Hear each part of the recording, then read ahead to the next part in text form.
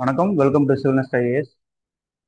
நம்ம UPSC civil service ப்ரிப்பரேஷனில் newspaper வந்து எப்படி படிக்கணும் அப்படின்றத பற்றி இந்த வீடியோவில் நம்ம பார்க்கலாம். ஓகே, ஸோ ஏற்கனவே நிறைய வீடியோ போட்டிருந்தாலும் ஒரு கண்டினியூஸாக ஒரு 10 to 15 வீடியோஸ் போடும்போது உங்களுக்கு ஒரு நீங்கள் நேரோ டவுன் பண்ணிடுவீங்க. எந்தெந்த நியூஸ் வந்து முக்கியம், அது ஃபிலிம்ஸ் ஆஸ்பெக்டில் எப்படி படிக்கணும், மெயின்ஸ் ஆஸ்பெக்டில் எப்படி படிக்கணும் அப்படின்றது. ஸோ அதே மாதிரி நீங்கள் அப்படியே ஃபாலோ பண்ணிக்கலாம். ஓகேவா? ரைட். ஸோ ஆன் ஸ்க்ரீன் நான் ஷேர் பண்ணுறேன் இன்னைக்கு news paper. So Chennai Edison நம்மகிட்ட இருக்கிறது. ஓகே ஓகே இதில் பாருங்க, July 7th 2025 Monday Chennai Edison நம்மகிட்ட இருக்கிறது.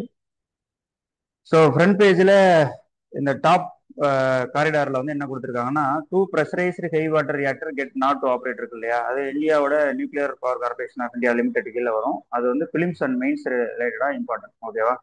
ஃபிலிம்ஸ் ரிலேட்டடாக வந்து இந்தியாவில் எங்கெங்கெல்லாம் நியூக்ளியர் பவர் ஸ்டேஷன் இருக்குது அப்படின்ற கேட்பாங்க. அதுக்கப்புறம் அதோட அளவு என்ன அப்படின்னு சொல்லி கேட்பாங்க.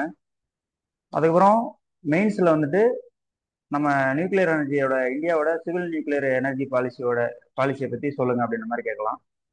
ஓகேவா? ஸோ அதான் அதில் பாசிபிலிட்டிஸ். ஸோ நியூஸ் வரும்போது பார்ப்போம். இப்போதைக்கு ஃப்ரண்ட் பேஜில் இருக்கக்கூடிய காரிடாரில் இந்த நியூஸ்ன்றது ரொம்ப இம்பார்ட்டன்ட். Okay right. அடுத்தது இங்க பாருங்க, 1 killed 5 injured in explosion at fire work in unit in Virudhunagar district. விருதுநகர்ல பட்டாசு தொழிற்சாலை வந்து இந்த மாதிரி வெடிச்சிருச்சு. ஓகே, அது அப்பப்போ வருஷம் வருஷம் நடந்துட்டு இருக்கு. பட் அதை கொஞ்சம் ஃபோக்கஸ் பண்ணி கொஞ்சம் ஏஐலாம் கொண்டு வரும். ஓகே, ஸோ அது வந்து டிசாஸ்டர் மேனேஜ்மெண்ட் அப்படின்ற மெயின் டாபிக் ரொம்ப இம்பார்ட்டன்ட். ஓகே, அது வந்து மேன்மேட் டிசாஸ்டர் அப்படின்றது கீழே வரும். சரியா? இதுல வந்து என்னன்னா, எத்தனை பேர் இறந்து போனாங்க அதெல்லாம் நமக்கு தேவையில்ல. இந்த மாதிரி ஒரு அடிக்கடி நடக்குது பட்டாசு இண்டஸ்ட்ரியில் அப்படின்றத நம்ம நோட் பண்ற மாதிரி இருக்கும். ஒரு லைனர்ல எழுதுற மாதிரி இருக்கும், அவ்வளோ, வேற எதுவும் இல்லை. Okay right. ஸோ அதுக்கப்புறம் இந்த கஸ்டடியல் டெத்தை பற்றின விஷயங்கள் எல்லாமே தெரிஞ்சுக்கணும். இது நேஷனல் லெவலில் ஏற்கனவே ஒரு 4 வருஷத்துக்கு முன்னாடி சர்ஃபேஸ் ஆச்சு, இப்போ மறுபடியும் சர்ஃபேஸ் ஆயிருக்கு.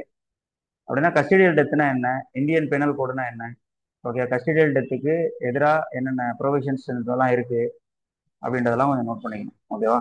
ரைட். வேற எதுவும் ஃப்ரண்ட் பேஜில் எதுவும் இல்லை, நேராக மெயின் நியூஸ்க்கு போயிடலாம். ஸோ சென்னை நியூஸ் நீங்கள் பொதுவாக பார்க்க தேவையில்ல. 99% வந்து நீங்கள் சென்னை நியூஸ் பார்க்க தேவையில்ல. சரியா? சென்னைன்றது என்ன, இந்தியாவில் இருக்கக்கூடிய ஒரு 4th largest சிட்டி, அவ்வளோதான்.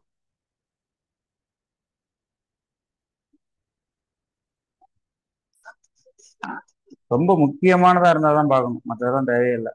ம்.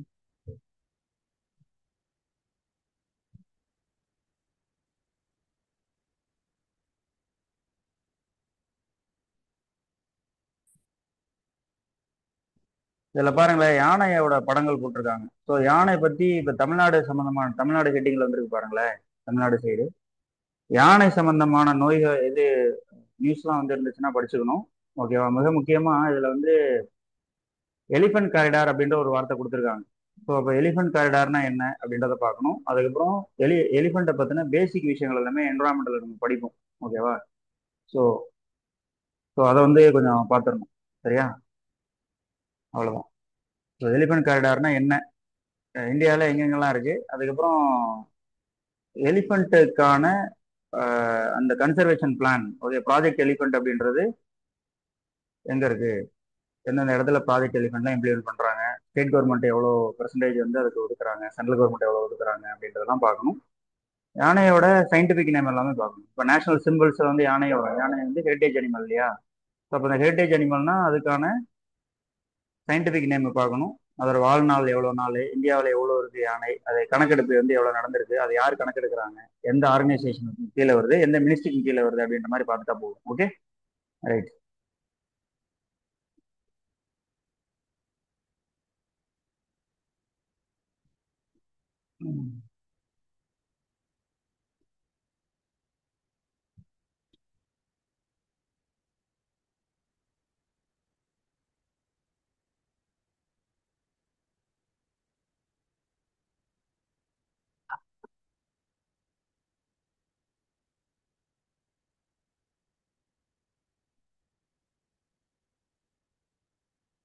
To Kerala district strengthen vigilance against Nipah infection. So மெயினாக வந்து என்னன்னா, இந்த நிஃபா அப்படின்னா என்ன, ஓகேவா?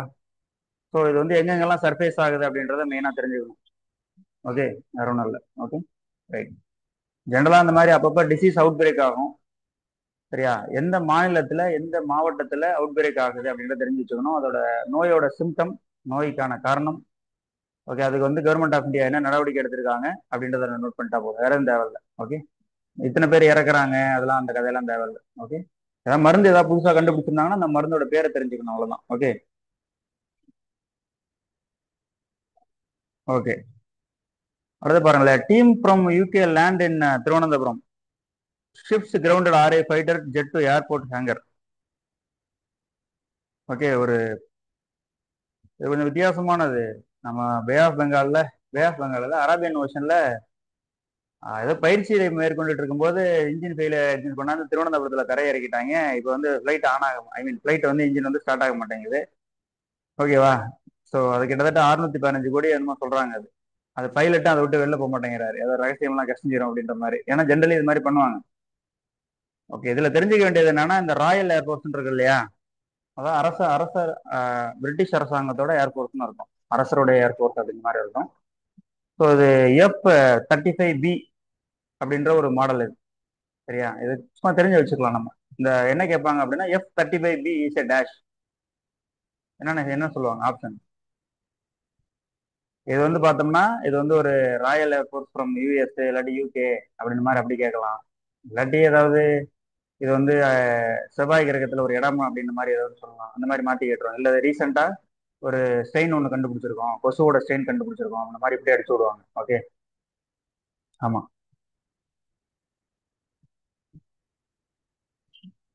அதுக்கப்புறம் இதுல எடிட்டோரியல்ல இருக்கிறது வந்து new battle challenge of China Pakistan pollution இருக்கு இல்லையா. இது வந்து இப்ப படிச்சீங்கன்னா, ஏதோ புதுசா இருக்கீங்க, ஃபீல்டுக்கு புதுசா இருக்கீங்கன்னா இப்ப படிச்சாலும் புரியாது. அதனால கட் பண்ணி வச்சுங்க. இல்லாட்டி சப்போஸ் ஆன்லைன்ல படிக்கிறதா இருந்தா ஐ மீன் புக் மார்க் பண்ணி வச்சுங்க. வேற எதுவும் பண்ண வேண்டியது இப்போதைக்கு. ஓகே, அடுத்து பாருங்க. லெஃப்ட்ல பாருங்க, common goals. Modi's visit reflect India's efforts to engage with others of the global south.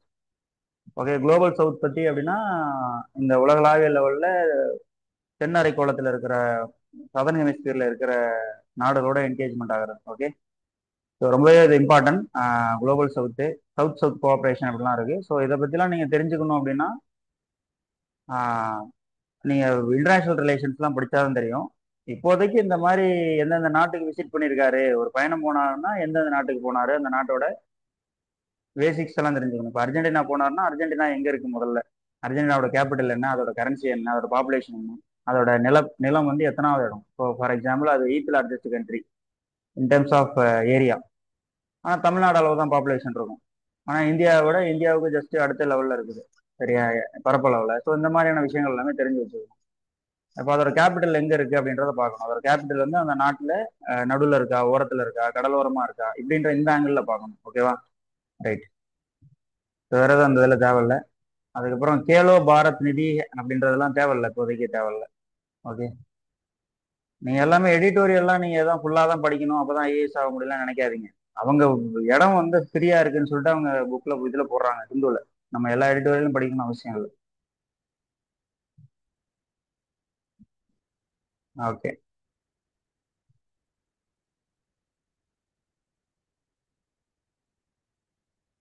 அடுத்து பாருங்களேன். Two pressurised heavy water reactors built indigenously get not அப்படின்னா, அதான் நம்ம சொந்தமா தயார் பண்ணியிருக்கோம் ப்ரெஷரைஸ்டு ஹெவி வாட்டர் ரியாக்டர்னு சொல்லிட்டு இந்தியாவில் சிவில் நியூக்ளியர் பாலிசியில சிவில் நியூக்ளியர் ப்ரோக்ராம் பண்ணிட்டு இருக்கோம். அதாவது நியூக்ளியர் எனர்ஜியை வந்து நம்ம ரெடி பண்ணிட்டு இருக்கோம். அணு ஆயுதம், அணுல இருந்து மின்சாரம் எடுத்துக்கிட்டு இருக்கோம்.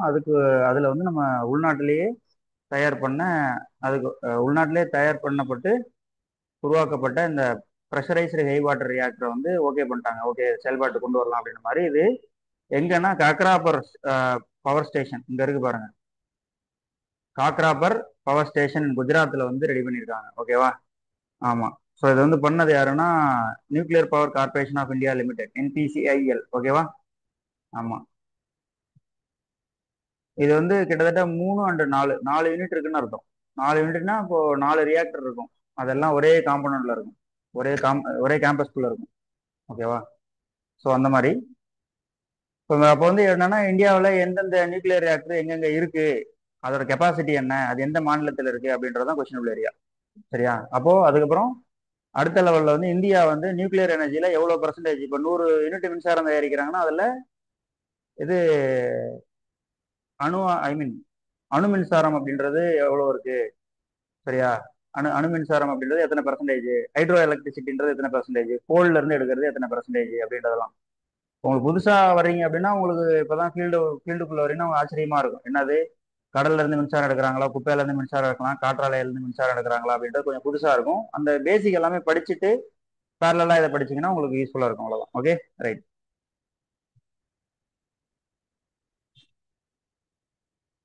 வேற எதுவும் தேவையில்ல.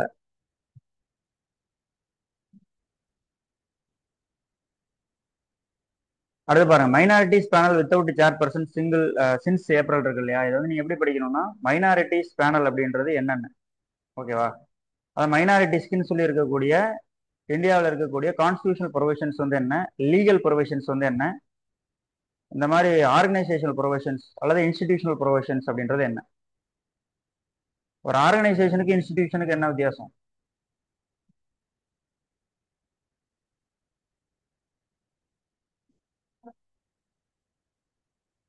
அப்படியா? சரி பாருங்க, இன்ஸ்டிடியூட்டுக்கும் ஆர்கனைசேஷனுக்கு என்ன வித்தியாசம்ன்றதை பாருங்க. Okay, right. சும்மா அந்த நேஷனல் கமிஷன் ஃபார் மைனாரிட்டிஸ் அப்படின்றத பார்த்தா போதும். அது எப்போ ஆரம்பிச்சாங்க, அதோட ஆர்டிகிள் நம்பர் வந்து என்ன, ஓகேவா அப்படின்றத நீங்க பார்த்துட்டா போதும். ஓகே,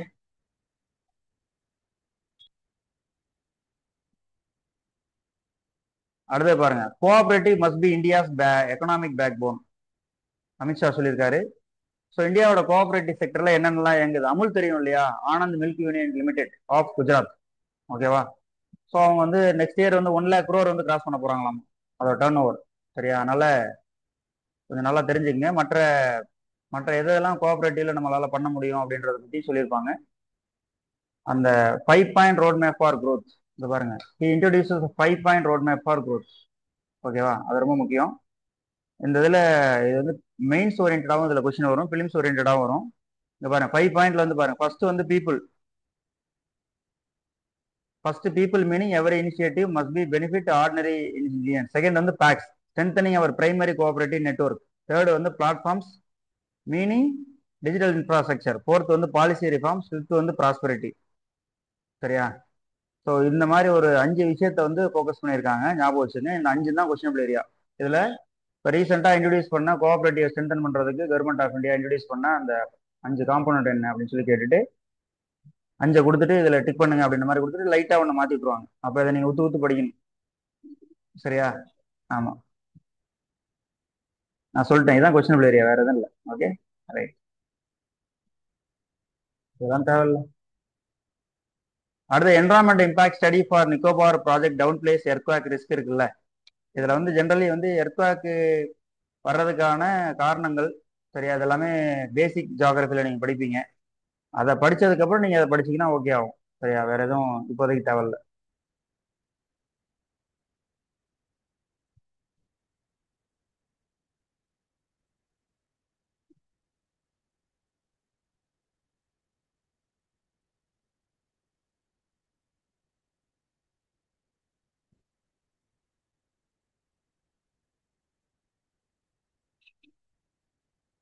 இந்த வேர்ல்டுல பாருங்க, வேர்ல்டு பேஜ்ல வந்துட்டு இந்த இடங்கள்லாம் தெரிஞ்சுங்க. பெய்ரூட் எங்க இருக்கு, டேரான் எங்க இருக்கு, ஹண்ட் எங்க இருக்கு, துபாய் எங்க இருக்குன்னு பாருங்க, சரியா? ஆமா. ஸோ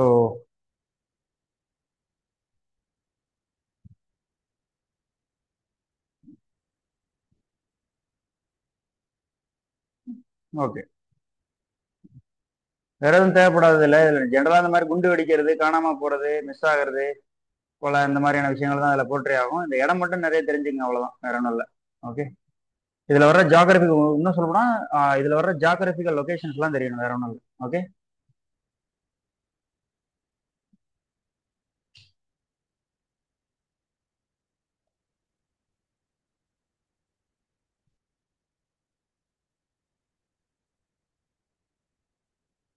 எலான் மஸ்க் புதுசா ஒரு பொலிட்டிக்கல் பார்ட்டியை லான்ச் பண்ணியிருக்காரு. ஓகே, ஆமா. உங்களுடைய சுதந்திரத்தை திரும்பவும் உங்களுக்கே தரேன் அப்படின்ற மாதிரி ஒரு ஸ்லோகன்ல. ஓகே, வாங்க பாருங்க, today the America party is formed to give you back your freedom. இதான் அதோட ஸ்லோகன்.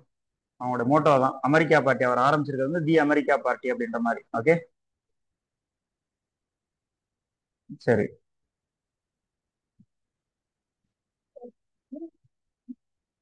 அதுதான் இங்க கொடுத்துருக்காங்க பாருங்க.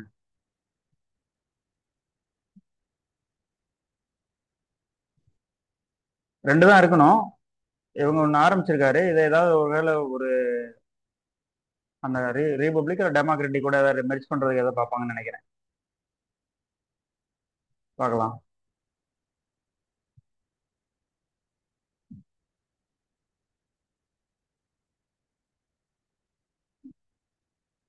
ஓகே,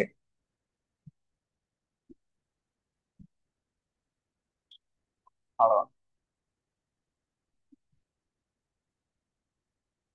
ஸ்போர்ட்ஸ் எதுவும் நீங்க படிக்க தேவையில்ல, சரியா? இந்த சும்மா ஏதாவது போலிங் போடுற மாதிரி ஆக்ஷனு, சரியா, அதெல்லாமே இருந்துட்டு இருக்கும். அதெல்லாம் விட்டுருங்க. அதெல்லாம் சர்வீஸ் ஆனதுக்கப்புறம் எல்லாம் போய்க்கலாம். சரியா, சர்வீஸ் ஆனதுக்கப்புறம் பொழுதுனைக்கும் போயிட்டு கிரிக்கெட் விளாடுங்க. யாரும் யாரும் கேட்க போறது இல்லை. சரியா, இப்போதைக்கெல்லாம் கொஞ்சம் கிரிக்கெட்லாம் ஓரம் கட்டிட்டு. ஆ, ஆமா. ஸ்போர்ட்ஸ் நிறைய கொடுத்துருக்காங்க.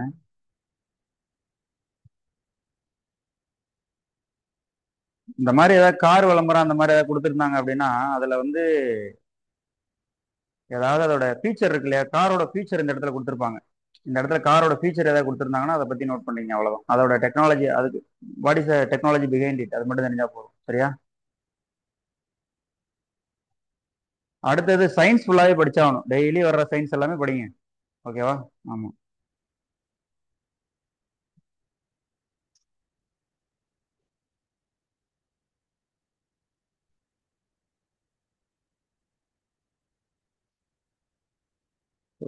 லட்டாக்கியா ப்ராவின்ஸ் இருக்கு சிரியாவில்.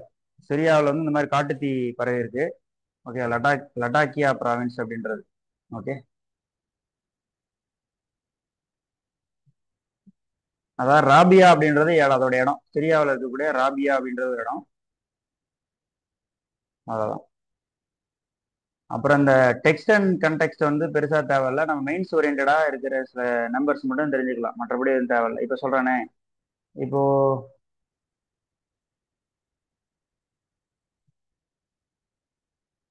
இது எதுவுமே தேவையில்ல.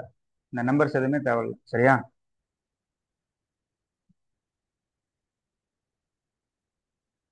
இந்த நோய் ஒரு இங்கிலீஷ் கொஞ்சம் படிங்க. ஓகேவா, இங்கிலீஷ் இம்ப்ரூவ் பண்றதுக்கு.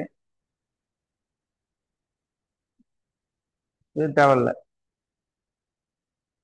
இந்த குவிஸ் பகுதியெல்லாம் தேவையில்ல, நமக்கு யூபிஎஸ்சிக்கு தேவைப்படாது. ஓகே, ஆமா. ஸோ இதோட இன்னைக்கு நியூஸ் பேப்பர் வந்து பார்த்தோன்னா முடியுது. இதுக்கு மேலே நீங்கள் ஒன்றும் படிக்க தேவையில்ல. இதுக்கு மேலே படிக்கிறீங்கன்னா டைம் வேஸ்ட்.